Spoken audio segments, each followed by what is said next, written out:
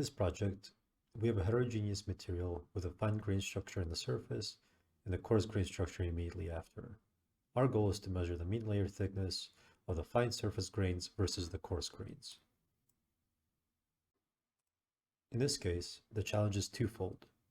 The recipe must first identify all the grains that comprise the microstructure and then group them based on size. In the past, this analysis would be done manually. An operator would annotate the image with what they believe to be the surface fine grains versus the coarse grain layer.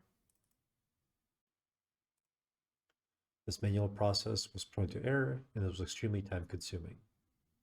With MIPAR, operators can start with an existing dataset and generate a novel artificial intelligence model for their data, or put together a conventional solution to identify the information of interest.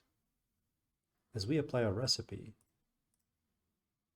we see that MIPAR can quickly and accurately detect the two classes of grains, group them accordingly, and report the mean layer thickness of each class. Once the layers have been identified, it's relatively straightforward to measure the layer thickness and produce a summary report.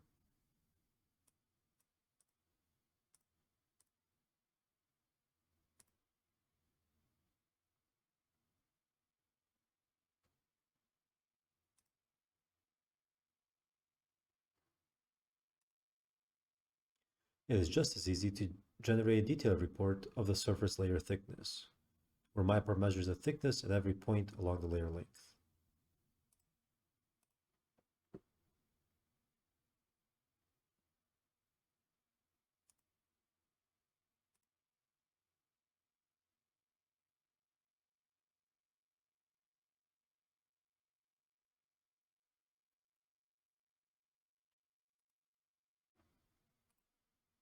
This robust approach works if you're processing a single micrograph or a batch of 1,000.